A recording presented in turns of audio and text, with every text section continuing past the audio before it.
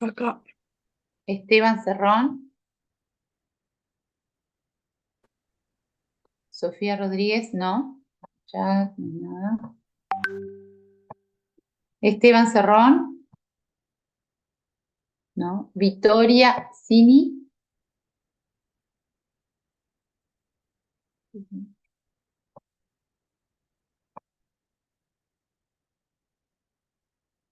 Muy bien. Bueno, el otro día con ustedes estuvimos viendo los tipos de estudio, hicimos algún trabajo con alguna publicación. Hoy vamos a hacer un repasito mini de lo que eran los tipos de estudio según cómo los podíamos clasificar desde el punto de vista de los objetivos, de la participación del investigador y desde el punto de vista del tiempo. Y vamos a ver los estudios experimentales. Ya les cargué el PowerPoint en el Moodle y también los ejercicios que vamos a ver.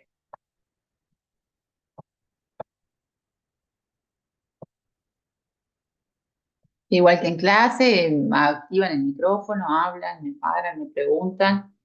La idea es que siempre entiendan y no que yo siga hablando solita acá. Bueno, ¿se acuerdan que vimos que según el objetivo de estudio, los estudios descriptivos, ¿verdad? Simplemente describían un fenómeno, por ejemplo, el número de pacientes enfermos, describían podía ser un estudio cualitativo, de un fenómeno que ocurría en una sociedad, en un barrio y demás, y no hacían asociación ni de variables, ni de un factor de riesgo con una enfermedad, ni de relación. En cambio, el estudio de asociación o analítico si hacía una asociación o una relación, o buscaba, por lo menos si existía una relación entre variables o entre un factor de riesgo y una enfermedad. Siempre cuando leímos los estudios, ¿verdad? A veces leíamos solo el título y ya con el título podíamos decir si era descriptivo o analítico. Porque decía, se quiso demostrar o se investiga sobre la relación de los factores de riesgo y el cáncer de próstata. Entonces ahí ya sabemos que es un estudio de asociación o analítico desde el punto de vista de los objetivos. En base a la participación del investigador, el investigador puede observar, en el cual no participa, no interviene en la comunidad, no hace ningún cambio, simplemente observa, ni capacita, ni brinda un medicamento, ni pone un centro regional de deportes para que las personas aumenten su capacidad física.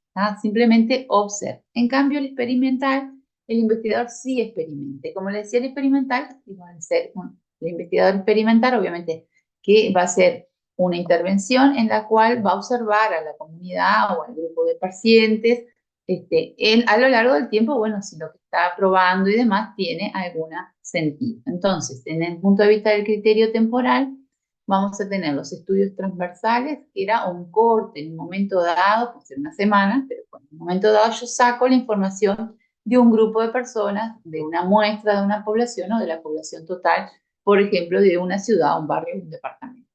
Entonces ahí saco solo la información en este momento. El estudio transversal también podía ser descriptivo, sacar solo el número de pacientes enfermos con cierta patología y le llamábamos estudio de prevalencia. O podía ser un estudio que fuera analítico, que sacara al mismo tiempo los factores de riesgo para una enfermedad y los pacientes que están cursando esa enfermedad. En cambio, los estudios longitudinales había un seguimiento a lo largo, ¿verdad? Que podía ser prospectivo, próspero, pónganse hacia adelante, ¿verdad? Yo siempre les digo que nos dicen feliz o próspero año nuevo, que es hacia adelante, ¿verdad? Y observan la población y ven si hay efectos sobre un factor de riesgo en el que están expuestos si desarrollan o no la enfermedad, por ejemplo. O si están haciendo un estudio experimental, observan a lo largo del tiempo, bueno, si hay beneficios o no con el estudio experimental, ¿verdad? Y el estudio retrospectivo parte de una enfermedad, ¿verdad? Por ejemplo, y va a observar, o a preguntar, o a revisar las historias clínicas de los pacientes si tuvieron expuestos o no a ciertos factores de riesgo o exposiciones y demás que podrían haber generado esa enfermedad. Entonces, hay un poquito un resumen otra vez de lo que es el descriptivo y dentro de los estudios analíticos vimos los estudios de corte, que son prospectivos hacia adelante, se analiza la exposición o no a un factor de interés, factor de riesgo y se sigue en el tiempo y se obtiene la incidencia del fenómeno en el estudio, o sea, cuántos casos van a haber después, por ejemplo, de cáncer de pulmón si los pacientes están fumando. Y el de caso control es de atrás, ¿verdad?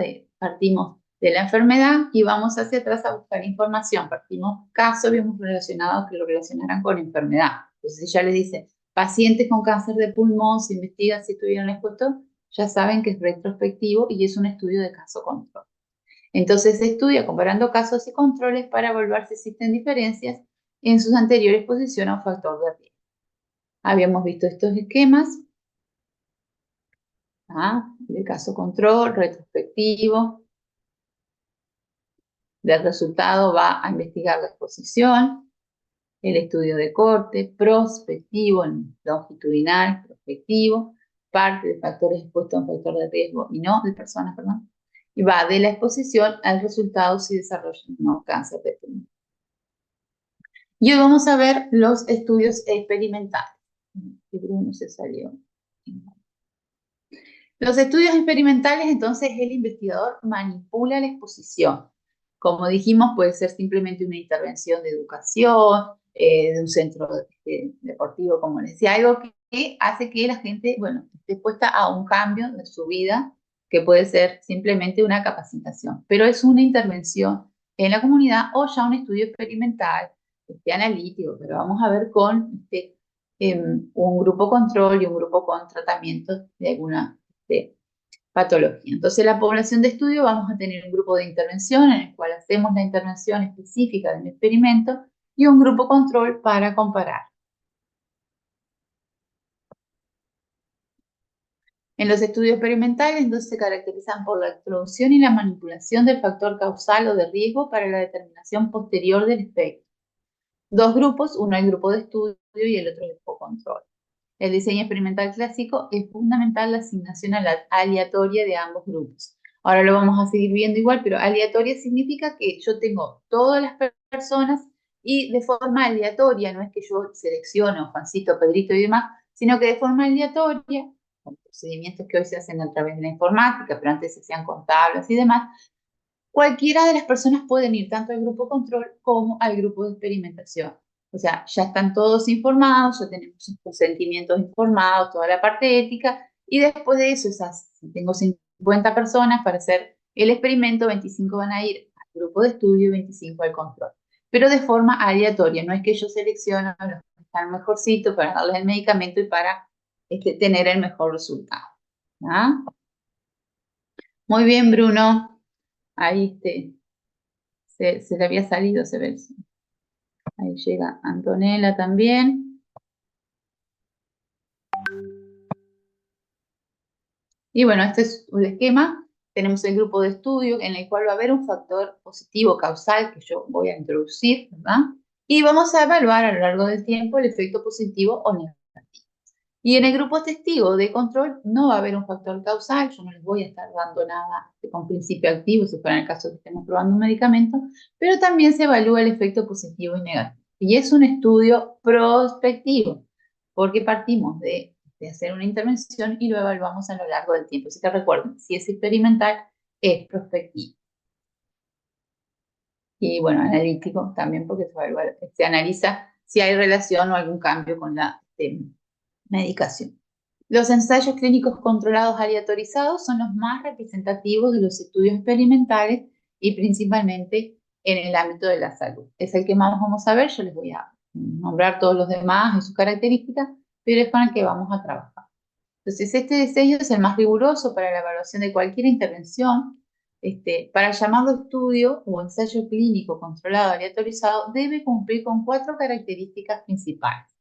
Entonces, primero que nada, voy a utilizar un grupo control que permite la comparación del efecto de la intervención sobre los grupos, un grupo control y un grupo de estudio, ¿se acuerdan?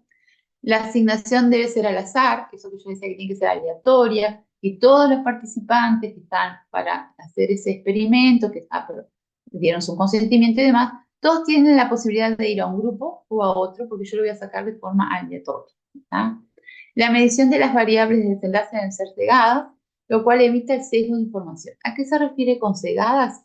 Es que tanto los pacientes, ¿verdad?, que están experimentando, como los que intervienen, médicos, enfermeros y demás en el estudio, no saben a qué paciente le están dando un medicamento con principio activo y a qué paciente le están dando ese medicamento placebo, que en realidad no tiene nada, excipiente, cosas para armarlo igualito, pero no lo saben, porque el hecho de saberlo podría llegar a generar un sesgo, porque bueno, ya ven si están teniendo algún cambio, los que lo están recibiendo, los que no. Y también otro criterio, de esos cuatro criterios que debe cumplir este tipo de estudio, es que al terminar el estudio tenemos que contar con el 90% de los participantes terminado ese estudio completo, ¿verdad? Porque si a mí se me baja más del 90% de los participantes, el estudio como que pierde valor, complico en todo. O sea, iniciaron 80 y si me bajan 40, no me estaría sirviendo el estudio. En este caso, solo se limita a un 90%. El grupo control se refiere al grupo de sujetos que recibe una intervención para contrastar los resultados con el grupo de experimental. Y una cosa que sí se ve en casi todos los estudios, y es un efecto que se da porque yo tengo a los pacientes más controlados, es que los que están recibiendo el placebo, recuerden que el placebo es el medicamento que no tiene principio activo, que solo tiene las mismas características de estructura y demás. Un problema de conexión. Entonces, igual en esos pacientes, en la mayoría de los estudios, se ve que hay una mejoría del 40%. ¿Por qué hay mejoría? Porque aparte de estar formando parte de un grupo experimental, también los pacientes, si tenían una patología, están mayor controlados. Su medicamento lo están tomando a la misma hora, están con los controles de presión arterial, de glicemia, bueno, etcétera, todo lo que tengan que ser controlado. Y a su vez, el hecho solo, se dice, de prestarle atención a la persona, al paciente, hace que su enfermedad mejore. Y esto después lo vamos a ver también en la administración, que cuando se empezaron a hacer los estudios en el trabajo y cómo mejorar la producción de las personas, también el hecho de observarlos, de brindarles mayor luz, menos luz, un estudio que se hizo, también las personas mejoraban su producción y en realidad no se les estaba haciendo nada. ¿Ah? Pero es el hecho de, bueno, de prestarle atención. ¿Ah? Así que eso, por más que no estén recibiendo un tratamiento, se nota la mejoría en el grupo de placebo. Entonces eso es mejor que sigan aún así los que están interviniendo no sabiendo a qué paciente le están dando el principio activo y a cuál no, porque puede generar ese sesgo por la mejoría que presenten los dos grupos si el principio activo les está haciendo bien también. Entonces cabe señalar que el grupo control no necesariamente debe ser un placebo, pues en ocasiones lo más adecuado y ético es que sea el tratamiento estándar, es decir, la mejor alternativa terapéutica vigente al momento de ejecutar un ensayo clínico. Si yo estoy haciendo un ensayo clínico sobre pacientes con hipertensión arterial y quiero probar un nuevo medicamento, ¿verdad que no les voy a sacar los medicamentos de la presión arterial? Le voy a seguir dando el que estaba recibiendo, que era el mejor en ese momento probado para su presión arterial y la característica de sus pacientes. Lo que estoy haciendo es, al grupo de ensayo, es comparando con ese otro medicamento, pero no puedo sacarle los medicamentos. Entonces, a veces no es solo un placebo, sino que puede ser el medicamento para la frecuencia cardíaca, para la presión, que hoy en día es el mejor que está probado, o inclusive también cuando se hace experimento con antibióticos. Obviamente los pacientes reciben un antibiótico y el grupo experimental va a recibir el antibiótico que se está ensayando y demás por cierto tiempo y probando la respuesta. El ensayo clínico controlado aleatorizado, entonces, para determinar su eficacia y efectividad de la intervención experimental, las variables enlace principal se deben medir antes, al inicio, o sea, yo tengo que hacer todos los controles del paciente, y después de otorgar la intervención en los dos grupos. Si al terminar el estudio el resultado favorece el grupo experimental, se considera que la intervención es eficaz o efectiva. Eficaz quiere decir que yo logré el beneficio, el cometido que tenía con esos pacientes con ese medicamento. ¿Tá? Logré obtener. Bueno, ya hablamos un poco de lo que era aleatorio, que era poder asignar a un grupo o a otro de forma no seleccionando este paciente va para un grupo y este para otro, sino de forma que cada paciente tiene la oportunidad de estar en uno o en otro grupo. Así se garantiza que el otorgamiento de la intervención no sea debido a la percepción del participante, por ejemplo, supongo que sirve el fármaco, o de los investigadores. Después vamos a ver que hay estudios que sí son medio sesgados, pero bueno, porque buscan un fin comercial o algo que no es en el caso de estudios con pacientes, ¿verdad? El cegamiento, también algo les dije, era que es una estrategia establecida por el investigador para que la evaluación de los resultados sea objetiva, particularmente cuando la variable del resultado principal se mide con datos que dependen de la percepción del paciente. Entonces, ni el paciente ni los participantes del equipo de salud van a saber quién es el que está recibiendo la medicación, el principio activo o el placebo, ¿sí? Después tenemos lo que es la vigilancia y seguimiento de los participantes durante el estudio. Deben hacerse obviamente seguimiento durante todo el estudio. Hay estudios de investigación experimentales que han sido, bueno, se suspenden, ¿verdad? Si empezamos a observar que el medicamento fue creado para mejorar el reflujo o un problema gastrointestinal, ¿verdad? Y después el medicamento me está generando un aumento o una disminución mejor de la frecuencia cardíaca, como está afectando en otra área que no se estudió, que bueno, se pensaba que era para eso, se suspende el tratamiento. Inclusive hay estudios, publicaciones que el medicamento empezó a ser probado para un tratamiento gástrico y terminó siendo usado para otra patología por los efectos que daba. Bueno, se investiga y bueno, se saca el medicamento de esos pacientes y se sigue probando en otra rama, ¿no? Eso suele pasar en la investigación. Entonces, obviamente, el estudio se suspende, por eso siempre los pacientes tienen que estar bien controlados. Es común observar que por las diferentes razones, al final de estudio siempre hay un menor número de participantes. Si dijimos que tenían que terminar el 90% de los participantes, obviamente que no podemos perder más de un 10% a lo largo de que hacemos este estudio y al final de los resultados, ¿no? Bueno, vimos hasta acá estudios, ¿verdad? Ensayo clínico controlado aleatorizado. Otros tipos de estudios experimentales, que se voy a nombrar, tienen otras características para que el estudio. Este diseño se evalúa más bien en el aleatorizado factorial. Hay dos intervenciones. Y teóricamente el diseño puede expandir el número de intervenciones. Acá yo voy a tener un medicamento A y un medicamento B. Pero a su vez el medicamento A lo voy a comprobar con una dosis, ¿verdad? X y una dosis Y, o sea, menor dosis, mayor dosis.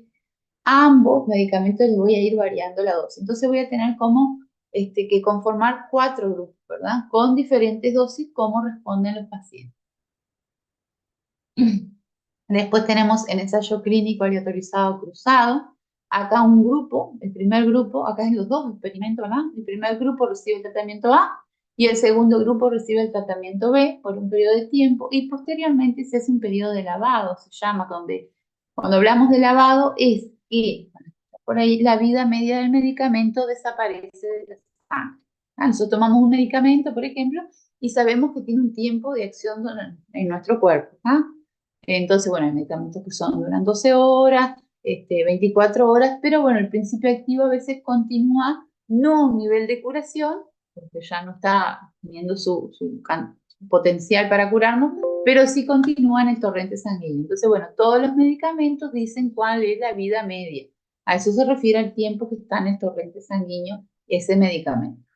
Estos estudios lo que hacen es para darle a un grupo a un paciente el medicamento A y el medicamento B, esperar ese periodo de lavado, que el medicamento se libere totalmente, ya sea por vía renal o hepática, como sea su eliminación, y intercambian, ¿no? Al grupo A1 le dan el medicamento B y al grupo A2 le dan el medicamento A. Así una esquemita, ahí está. Ahí les volví a decir cómo que se intercambiaba y la medición de las variables de enlace se realiza antes y después de la aplicación de una u otra intervención en ambos grupos. Los estudios experimentales tienen muchas desventajas y limitaciones, casi todas están relacionadas con los aspectos éticos, ¿verdad? Hoy en día, cuando se llega a un medicamento, a una vacuna, a realizar un estudio experimental en humanos, ya es después que pasó ciertas etapas en laboratorios, en animales, etc. Hoy se hace una experimentación como una etapa 3, por decirlo algo, ya en humanos, y después que está aprobada en ese grupo experimental, recién estamos en la cuarta etapa de experimentación, que ya es cuando se le da a todo el mundo y se ven los efectos. Entonces, hay variables que no pueden o no deben ser manipuladas y hay otras variables que pueden intervenir y no se pueden medir, por ejemplo, porque nosotros desconocemos cuando se inicia ese estudio con un medicamento, como ha pasado con montones de medicamentos, yo le decía, bueno, se conoce un montón de efectos que tiene, por ejemplo, sobre el aparato gástrico, pero no se conocía que ese medicamento podía generar un efecto sobre la frecuencia cardíaca o otro órgano. Los diseños Cauchy experimentales es otro tipo de diseños experimentales y Bush los define como estudios experimentales que no cumplen con el requisito de control de variables a través de un grupo control o de la asignación aleatoria o ambos. Estos estudios son más con fines comerciales, por ejemplo, y bueno, al no ser aleatorios, como que bueno, las personas eligen cuál va a ir a qué grupo o los animales, etcétera, lo que vayan a experimentar. Entonces, la asignación de la muestra de los grupos de estudio y control no es aleatoria, puede ser series de tiempo, se hacen múltiples mediciones antes y después de la aplicación de la variable independiente. Mediciones sucesivas con o sin tratamientos, consisten en alternar el tratamiento, es decir, en algunas ocasiones se aplica la variable del tratamiento y en otras no, pero se hace una observación cada vez que se hace un cambio. Y aplicaciones de tratamiento diferentes a cada grupo, se organizan diferentes grupos y a todos se le aplica un tratamiento diferente. Esto puede ser en el caso de un antibiótico. Como yo decía, hay una infección, se está probando un antibiótico y a la mayoría de los grupos se prueba también el antibiótico que hoy en día es el mejor, que está para esa enfermedad y otro antibiótico que también sirve y demás. Y al grupo que vamos a experimentar, entre comillas, se le prueba el antibiótico nuevo que yo quiero probar. Por aquí, las referencias bibliográficas. ¿Alguna duda? ¿Entendieron lo que era cegado, aleatorio? Sí, ¿Sí? Bueno, ahora les voy a compartir el ejercicio y después les armo grupos, ¿tá? Para que trabajen de forma individual por Zoom. Ahí ya les subí la presentación, tienen la presentación de la clase anterior también que les va a servir para hacer los ejercicios. Y yo voy a ir entrando en cada sala, y bueno, como si fuera en la clase, que voy por los banquitos, para consultarles y para ver cómo van con los ejercicios. Igualmente se los voy a mostrar porque hay unos que son de múltiple opción, que los van haciendo y después, bueno, en común los ponemos en común todos. Y después hay otro que hay que completar por el nombre del estudio, que es lo que a veces les cuesta un poquito más.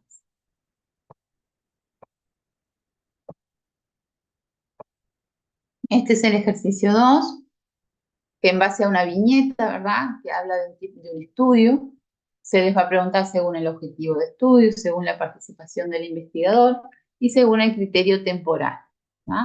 Después, en el 4, también hay una viñeta y lo que pregunta es según el tiempo, ¿verdad? El criterio temporal lo deben clasificar en longitudinal prospectivo, transversal prospectivo o longitudinal retrospectivo. Estas son las preguntas múltiple opción.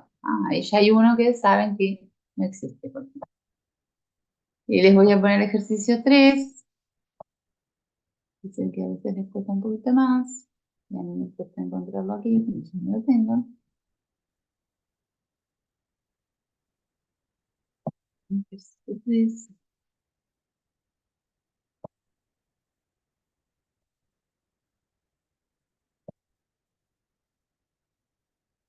En la diferencia con el anterior es que ustedes van a ir completando. Entonces, van a leer la viñeta también y van a poner desde el punto de vista de los objetivos, el descriptivo o analítico. Entonces, el investigador experimental observacional.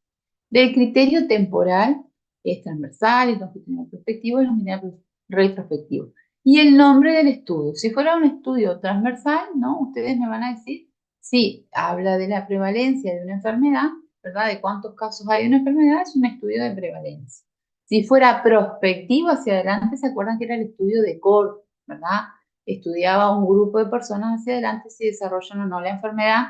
Y si era un estudio que partía de la enfermedad y iba hacia atrás a buscar en las historias clínicas, a buscar interrogando al paciente si estuvo expuesto a factores de riesgo, es un estudio de criterio temporal retrospectivo y el nombre del estudio es caso control. En cambio, si fuera un estudio donde hay un experimento, ustedes tienen que ver si en el texto lo dice, si es un estudio que cumple los criterios de estudio o ensayo clínico controlado aleatorizado, ¿no? Si dice que los pacientes fueron asignados aleatoriamente, si fue cegado y demás. Y bueno, pues según las características también van a decir si es un estudio el nombre del estudio, obviamente que va a ser prospectivo, criterio, que va a ser analítico. Me van a decir si el estudio es un ensayo clínico controlado aleatorizado. ¿Ah? A eso se refiere con el nombre del estudio, que es lo que a veces tienen más dudas. Ahí tienen 3 viñetas para hacer. ¿Ah? Yo después voy entrando en cada grupo, vemos este ejercicio y el de múltiple opción, unos minutos antes de la clase, doy que se cierren las salas de grupos pequeños y lo ponemos en común todos juntos. ¿Ah? A ustedes les va a llegar ahora, armo la sala, son 49.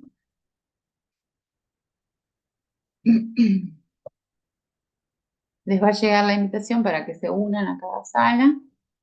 Vamos a hacer 6. Bueno, unos cuantos, son tan pequeños. Pero si no, no me da el tiempo después de entrar en cada uno.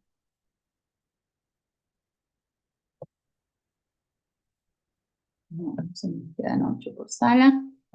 Ahí les voy a dar a abrir y a ustedes les va a ir llegando. Cualquier cosa, si se salen, si no pueden, no ven la opción, me escriben, me hablan ahí, les voy reenviando.